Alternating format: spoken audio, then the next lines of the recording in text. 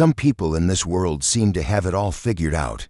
The perfect career, the polished smile, a life that looks, from the outside, like it was designed by someone who never once doubted themselves. Savannah Guthrie is one of those people, or at least, that's what millions of viewers believed every single morning they turned on the Today Show and saw her sitting behind that anchor desk, radiant, confident, unshakable. But here's the thing about polished surfaces. They hide a lot.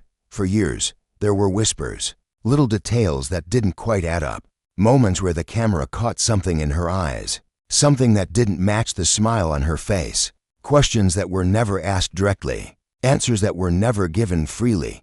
And then her daughter Annie spoke, not in some dramatic press conference, not in a calculated interview designed to control the narrative. Annie Guthrie, just a child, said something small, something honest, something completely unfiltered.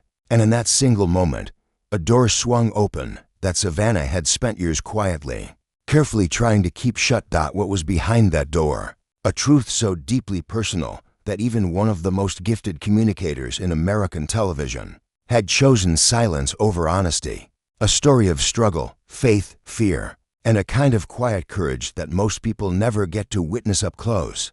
This is that story, and it starts long before the cameras ever found her, before she was the face of morning television, before the Emmy nominations, the White House press credentials, the name that became synonymous with the Today Show.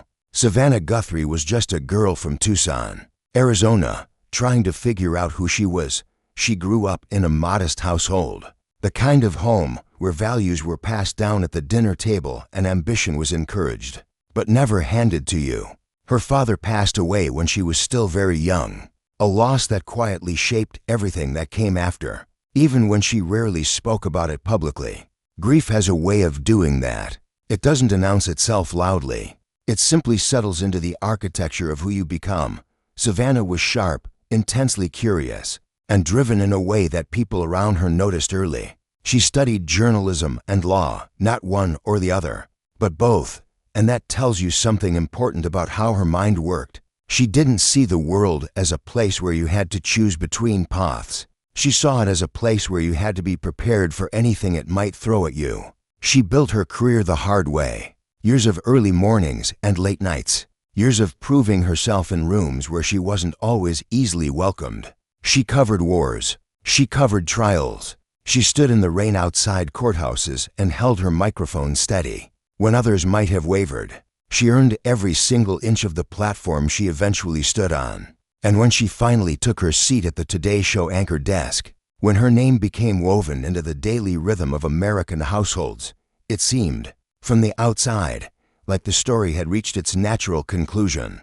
She had arrived. She had made it. The long journey was over, and the reward was finally hers, except it wasn't that simple. It never is. Because behind the perfectly lit studio and the easy laughter and the confident, warm delivery, Savannah was carrying something the cameras never fully captured, something she had folded deep inside herself and chosen, for a very long time, to keep private, not out of deception, not out of calculation, but out of something far more human, the quiet, exhausting need to protect the parts of yourself that feel most fragile. She had built walls, elegant walls, you understand, the kind that look like pure confidence from the outside, the kind that even the people who love you most don't always recognize as walls at all. But children have a way of walking straight through those walls without even realizing it. And Annie Guthrie, small, bright, and beautifully, fearlessly honest, did exactly that.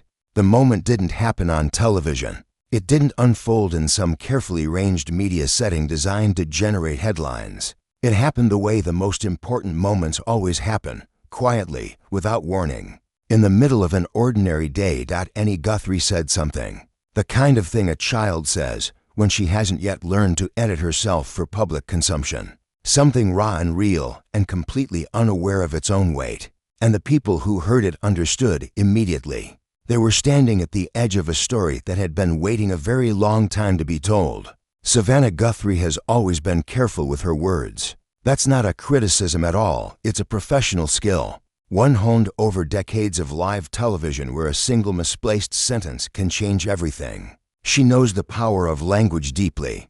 She knows what a sentence can reveal and what it can conceal. She has spent her entire career mastering the art of communication, which means she has equally mastered the art of knowing exactly when not to communicate. She had chosen silence about certain things deliberately, intentionally, with the kind of quiet resolve that people often mistake for strength, when sometimes it's actually much closer to survival.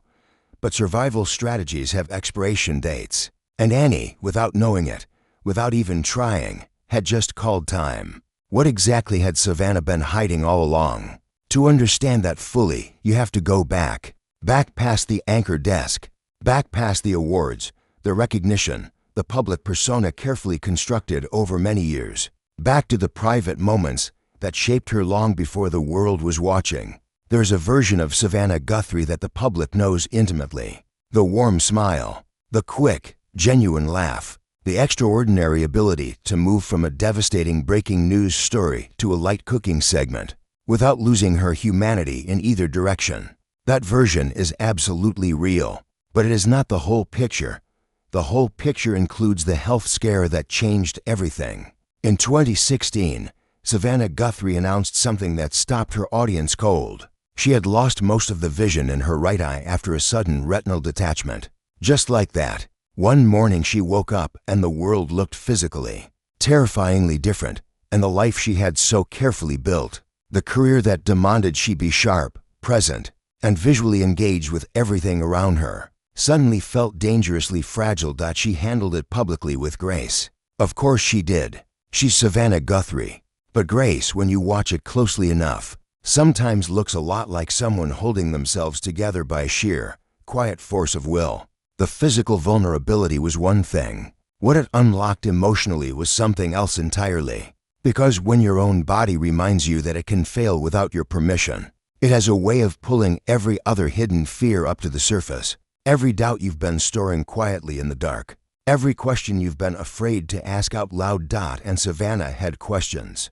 Deep ones, about faith, about identity, about the widening gap between who she appeared to be and who she actually was beneath all of it. Questions she hadn't fully answered even for herself.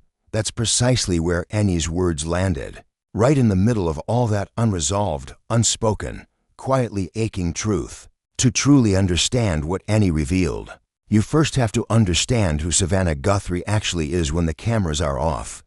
She is, by every account from people who know her personally, deeply faithful. Her Christian faith is not a talking point. It isn't something she drops into interviews to seem relatable or to connect with a particular audience. It is the genuine, living foundation of how she understands herself and the world around her. It shapes how she parents her children. It shapes how she processes grief. It shapes what she reaches for when the carefully constructed professional version of herself simply runs out of answers. But real faith, not the performative kind, but the kind that lives in your bones, is also profoundly personal. It doesn't always translate smoothly into the language of morning television. It doesn't fit neatly between commercial breaks. It lives in the quiet, unhurried spaces that public life has a steady habit of consuming entirely. Savannah had kept that sacred part of herself carefully separated from her public identity. Not hidden. Exactly, she had spoken about her faith in general terms over the years, but protected. Guarded from the particular kind of scrutiny that descends when you are a public figure, speaking about something deeply, vulnerably yours. And then there was her marriage, her relationship with Mike Feldman, the Democratic consultant she married in 2014. After a long and winding path that included a previous marriage and years of quietly navigating what love and real partnership actually looked like for someone living her particular kind of life. She had been honest about parts of that journey. Just not all of it. There were pieces she kept close, not out of shame, but because some things are simply too important, too sacred, to share with everyone. Annie Guthrie was born in 2014. Her brother Charlie arrived 2 years later. And if you want to find the version of Savannah Guthrie that the cameras almost never reach, you start by watching how she talks about her children, or more precisely, how she struggles to talk about them at all without her carefully maintained composure. Beginning to visibly soften at the edges, she has said, in moments of real and rare openness, that becoming a mother changed her in ways she had simply not anticipated, that it rearranged her internal architecture in ways that genuinely surprised her. She had built so much of her identity around professional achievement, around being capable, competent, unshakable. And then motherhood arrived and introduced a kind of love that made her feel everything. She had spent years working so hard to carefully manage. Annie, in particular, has always seemed to reach something in Savannah that other people and other circumstances simply cannot access as easily. Children carry that extraordinary gift. They don't know the rules yet. They haven't learned which emotional doors are supposed to stay closed and locked. They walk straight into rooms of the heart that adults have quietly roped off, and they just sit down, completely at ease, like it's the most natural thing in the world. When Annie spoke, when she said the thing she said, without any awareness of its weight or its implications, she wasn't trying to reveal anything at all. She was simply being honest, the way children are honest before the world teaches them. That honesty sometimes needs to be carefully, strategically managed. And that honest, completely unmanaged truth unlocked a conversation that Savannah had been gently, quietly postponing for longer than most people around her ever realized. So what did Annie confirm? Exactly. She confirmed something about her mother's faith, something Savannah had long kept at a careful arm's length from her public life. In a candid, unguarded family moment that found its way naturally into the public conversation, Annie spoke about prayer, about what it actually looked like inside their home, about the way faith functioned not as a Sunday obligation or a seasonal tradition, but as a daily, living, breathing part of how their entire family moved through the world together. It was a small moment, a simple one, but it cracked something wide open, because in that instant, the audience that had watched Savannah Guthrie for years was suddenly seeing a whole dimension of her that she had never quite allowed them to see directly. The polished professional and the deeply faithful woman weren't two separate people, living carefully separated lives. After all, they were the same person, finally integrated, whole and visible all at once. Savannah's response was deeply telling. She didn't deny it. She didn't deflect. She didn't reach for the practiced, managed language of someone controlling a narrative. Instead, she did something that felt, for those watching closely, like a long exhale of quiet relief. She leaned into it. She let it be publicly true in exactly the same way it had always been privately true. That is a significant moment for anyone, for someone of her profile and visibility. It was nothing short of extraordinary, because here is the essential truth about secrets that aren't really secrets. They are simply truths that haven't found the right moment yet.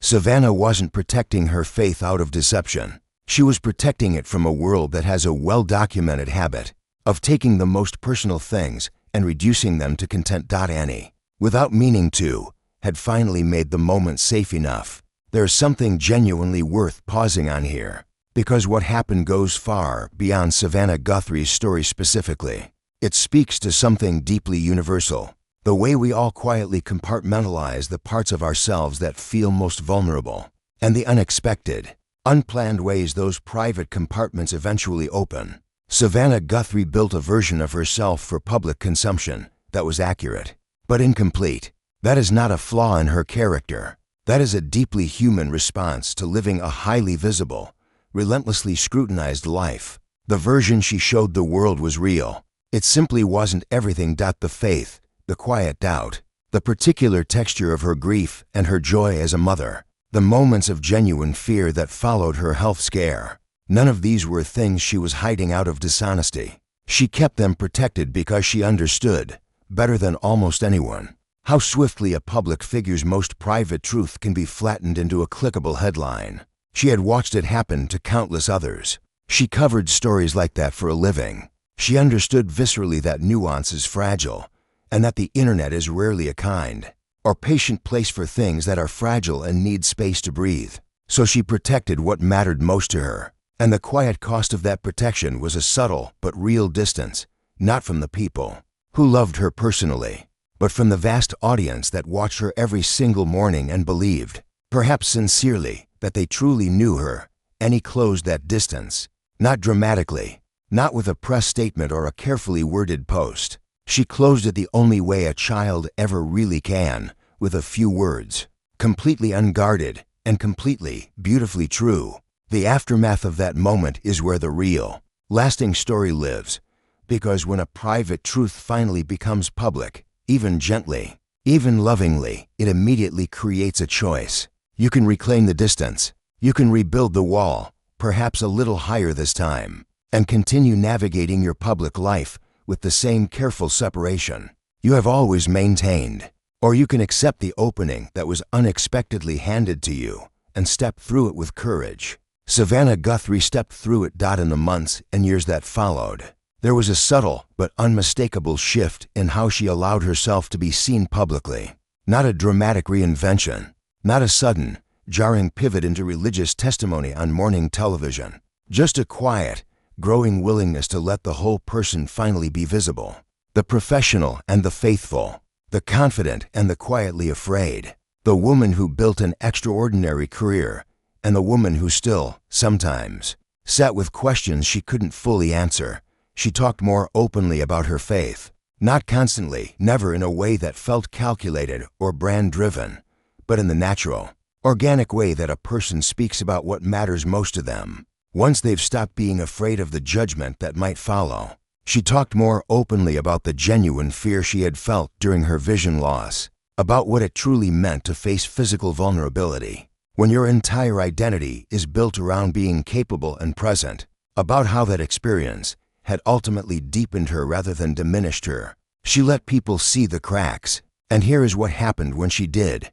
She became more real to the people watching, not less. Powerfully, beautifully more. That is the quiet paradox of vulnerability that Savannah Guthrie had been navigating for years, without quite finding the way through.